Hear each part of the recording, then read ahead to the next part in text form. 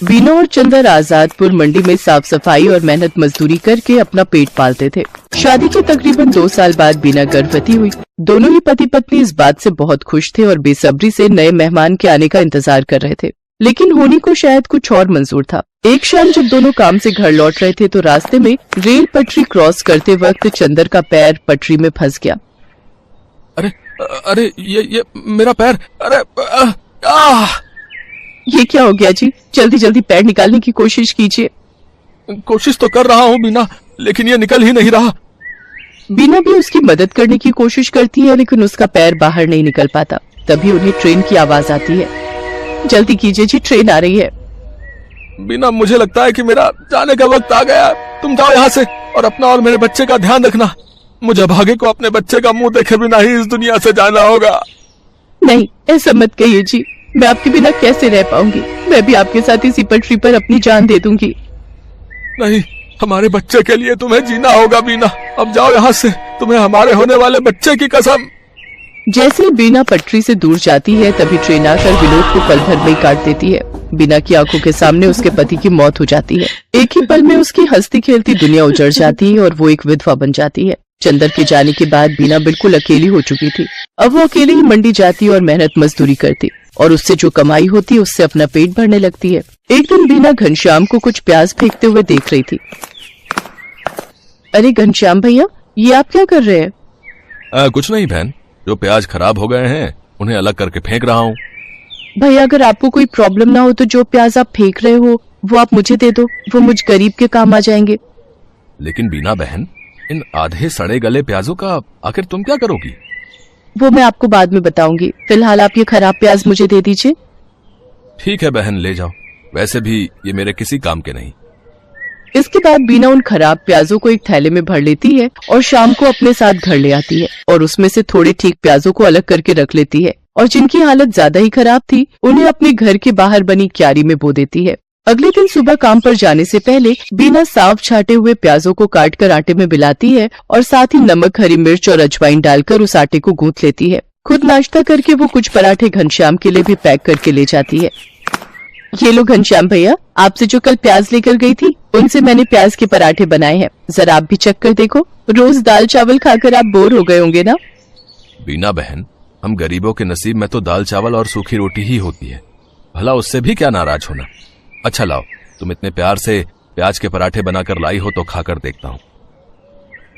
घनश्याम को बीना के हाथ के बने प्याज के पराठे बहुत पसंद आते हैं। ऐसे ही कुछ समय बीत जाता है। बीना को अब 7वां महीना लग गया था, जिस वजह से वो मजदूरी नहीं कर पा रही थी, जिस वजह से उसके घर खाने पीने की तंगी हो गई थी। ऐसे ही एक रोज जब वो खाना बनाने जाती है तो देखती है कि राशन के सभी डिब्बे खाली हैं। हे भगवान, एक बार को मैं तो भूखी रह लूंगी, लेकिन मेरे अंदर पल रही ये नन्ही जान कैसे भूखी रहेगी? इस हालत में तो कोई मुझे काम भी नहीं दे रहा, अब क्या करूं? हाँ, याद आया, अपनी जमीन में थोड़े प्याज उगाए थे ना, क्यों ना उनको निकाल लूं, वो अब पूरी तरह पक गए होंगे। बीना उन प्याजों को निकालती है और पड़ोस से थोड़ा आटा उधार मांग कर ले आती है। उसके बाद स्वादिष्ट प्याज के पराठे बनाती है। उसके पराठों की खुशबू को सूंघते हुए उसकी पड़ोसन आरती वहाँ पहुँच जाती है। अरे वाह बीना, तेरे घर से तो बड़ी ही अच्छी खुशबू आ रही है। आखिर क्या बनाया है तूने? कुछ नहीं बहन, ये प्याज के पराठे बनाए हैं। लो, तुम भी खाकर बताओ कैसे बने हैं। वाह वाह वाह, क्या स्वाद है बीना तेरे हाथों में। अरे इतने अच्छे पराठे तो ढाबे वाला भी नहीं बना पाता। मैं तो कहती हूँ तू प्याज के पराठे का एक ठेला लगाकर बेच और पैसे कमा। जब ऊपर वाले ने तुझे इस हुनर से नवाजा है कि तू इतना अच्छा खाना बना लेती है तो इसका फायदा उठा।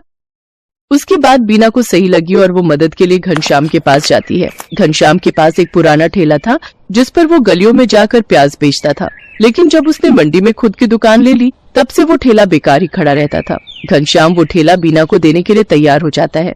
घनश्याम शाम को अपना पुराना ठेला लेकर बीना के घर पहुंचता है। ये लो बीना बहन, इसकी मरम्मत मैंने करवा दी है, अब तुम इसका इस्तेमाल कर सकती हो। आपका बहुत बहुत शुक्रिया घनश्याम भैया, आपका ये एहसान मैं कभी नहीं भूलूंगी। अगले दिन सुबह जल्दी उठकर बीना सारी तैयारी कर लेती है और मंडी में जाकर अपने प्याज के पराठों का ठेला लगा लेती है। लेकिन काफी देर तक जब कोई ग्राहक नहीं आता तो वो सोचती है, हे भगवान, दिन ढलने को आ गया लेकिन अभी तक एक भी ग्राहक नहीं आया। अगर ऐसे ही चलता रहा तो मैं अपने होने वाले बच्चे को क्या खिलाऊंगी? लगता है अब बिजनेस चलाने के लिए कोई तरकीब लगानी होगी। एक काम करती हूँ, कम दाम करके बेचती हूँ। एक बार मेरे पराठों का स्वाद सबकी जुबान पर चढ़ गया तो वो कहीं और जा ही नहीं पाएगा।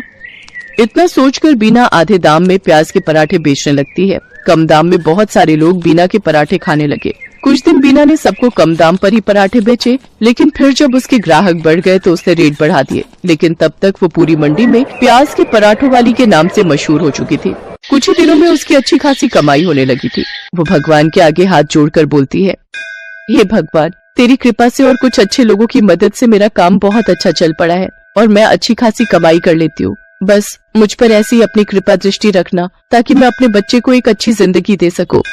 कुछ ही दिनों में बीना खुद का ढाबा खोल लेती है। अब उसकी खूब अच्छी कमाई होने लगी थी। उसका काम और बढ़ गया था, इसलिए उसने अपनी मदद के लिए 2 लाचार औरतों को रख लिया था। बीना की डिलीवरी का समय भी आ गया और उसने एक बेटे को जन्म दिया। महीने भर का रेस्ट लेने के बाद वो वापस काम पर जाने लगी और अपने साथ अपने बच्चे को भी ले जाती। अब वो काम संभालने के साथ साथ अपने बच्चे की भी अच्छी परवरिश करने लगी और खुशी खुशी उसके साथ रहने लगी।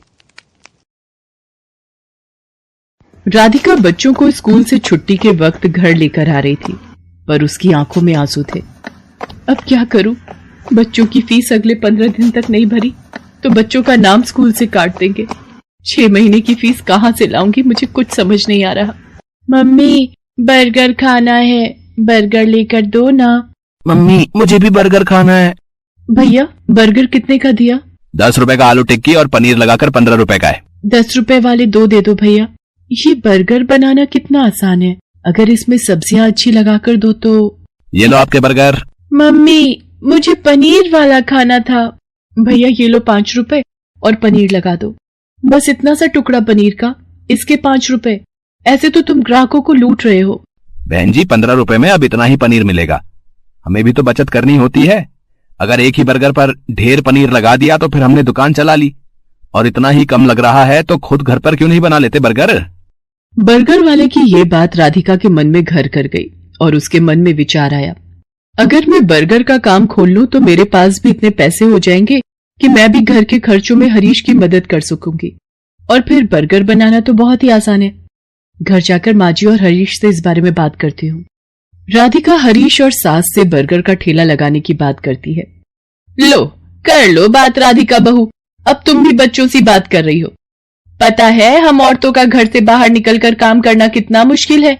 हम औरतें घर के चूल्हा चौका ही निपटा लें, वही गनीमत है।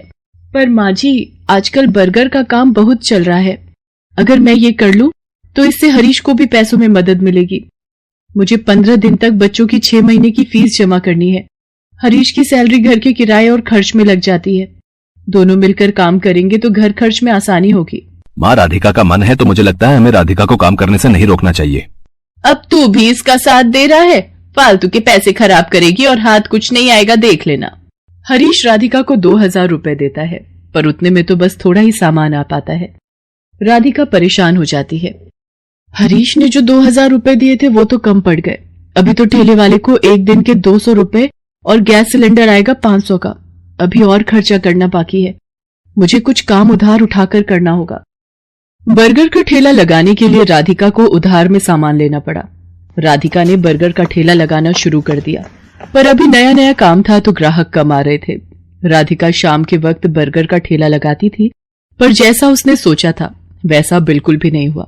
मैंने सोचा था बर्गर बिक जाएंगे तो मेरी थोड़ी कमाई हो जाएगी, पर यहाँ पर तो एक भी बर्गर नहीं बिका। पता नहीं मेरी कमाई कैसे होगी।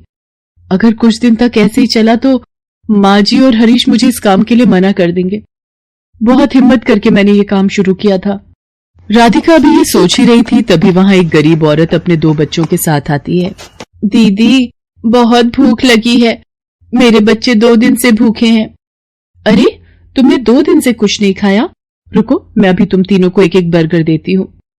शुक्रिया दीदी, आज तुमने हमारा पेट भरा है, और जो भूखों का पेट भरता है भगवान उसे कभी भूखा नहीं रहने देते। तुम्हें जब भी भूख लगे तुम मेरे ठेले पर बेझिझक आ जाया करो, और यहाँ पर तुम अपने बच्चों के साथ अपनी भूख मिटा सकती हो। वो गरीब औरत अपने बच्चों को लेकर खुशी खुशी वहां से चली जाती है। राधिका घर आ जाती है, पर उस दिन उसकी कमाई नहीं हुई थी। ये देखकर उसकी सास गुस्सा करने लगती है। लो, मैंने तो पहले ही मना किया था कि ये चोचले पालने की जरूरत नहीं है। पिछले 3 दिन से मुश्किल से 100 रुपए कमाकर घर आ रही है और सामान लगा लेती है 2 से 3 हजार रुपए का रोजाना का। अब रोटी सब्जी तो बनेगी नहीं, हम सब ये बर्गर खाकर पेट भर लेते हैं। क्यों, अब तो तू खुश है ना अपना नुकसान करके? माँ जी, मैं कोशिश कर रही हूँ ना, और मुझे विश्वास है एक दिन मुझे अपने काम में सफलता जरूर मिलेगी। राधिका अगले दिन ठेले वाले से ठेला किराए पर लेने के लिए जाती है तो वो उसे मना कर देता है। देखो बहन जी, मैं पिछले 4 दिन से तुम्हें उधार पर ठेला दे रहा हूँ, है 200 रुपए रोज का किराया है, बस आज के लिए और उधार दे रहा हूँ। अगर तुमने कल सुबह तक मेरे ठेले के किराए के 1000 रुपए नहीं दिए तो मैं किराए पर तुम्हें ठेला नहीं दूंगा। अब क्या करूं? हरीश से मांगूंगी तो वो मुझे इस काम को बंद करने के लिए कह देंगे, और माँ जी तो पहले ही मेरे काम के खिलाफ हैं, पर मुझे अपने बच्चों के लिए पैसे जोड़ने हैं। हे भगवान, मेरी मदद करो। राधिका भगवान से प्रार्थना करती है कि उसके ठेले पर ग्राहक आ जाए। तभी नमस्ते जी, मैं पीछे वाली गली में बर्गर की एक दुकान चलाता हूँ। यहाँ से गुजरते हुए 2 दिन पहले मैंने आपको ये बर्गर का ठेला लगाते हुए देखा था। मुझे 15 दिन पहले एक अनाथ आश्रम के लिए बर्गर का ऑर्डर मिला था, पर 10 दिन पहले एक हादसे में मेरी सीधे हाथ की हड्डी टूट गई, जिसके कारण मैंने अभी बर्गर बनाने का काम रोका हुआ है। पर मैं ऑर्डर के पैसे ले चुका था, इसलिए मैं वहां मना भी नहीं कर सकता। अगर आप उस ऑर्डर के बर्गर बना सकें तो मेरी बहुत मदद हो जाएगी। मैं आपको इसके लिए अच्छे पैसे दूंगा। जी जी, मैं जरूर करूंगी। आप मुझे बता दीजिए कितने बर्गर बनाने हैं। शाम को 4 बजे ही वहां पहुंचना है। जिन्होंने मुझे ऑर्डर दिया है उनके बच्चे का जन्मदिन है, वो अनाथ आश्रम 4 बजे पहुंच जाएंगे। वैसे मैं आपके साथ अपने एक आदमी को काम पर लगा देता हूं जो आपकी इस काम में मदद करेगा। ये 5000 रुपए आप एडवांस रखो, बाकी के पैसे मैं आपको काम खत्म होने के बाद शाम को दे दूंगा, ठीक है? वो व्यक्ति मानो राधिका के लिए भगवान का रूप बनकर आया था। राधिका की सारी परेशानियां दूर हो जाती हैं। वो अपने उधार के पैसे भी चुका देती है और बच्चों के स्कूल की फीस भी जमा कर देती है। उस व्यक्ति को राधिका का काम इतना पसंद आता है कि वो राधिका के साथ पार्टनरशिप में काम करने लगता है। राधिका अब एक बर्गर की दुकान चलाती थी। राधिका की मेहनत और हिम्मत देखकर उसकी सास और हरीश बहुत खुश थे।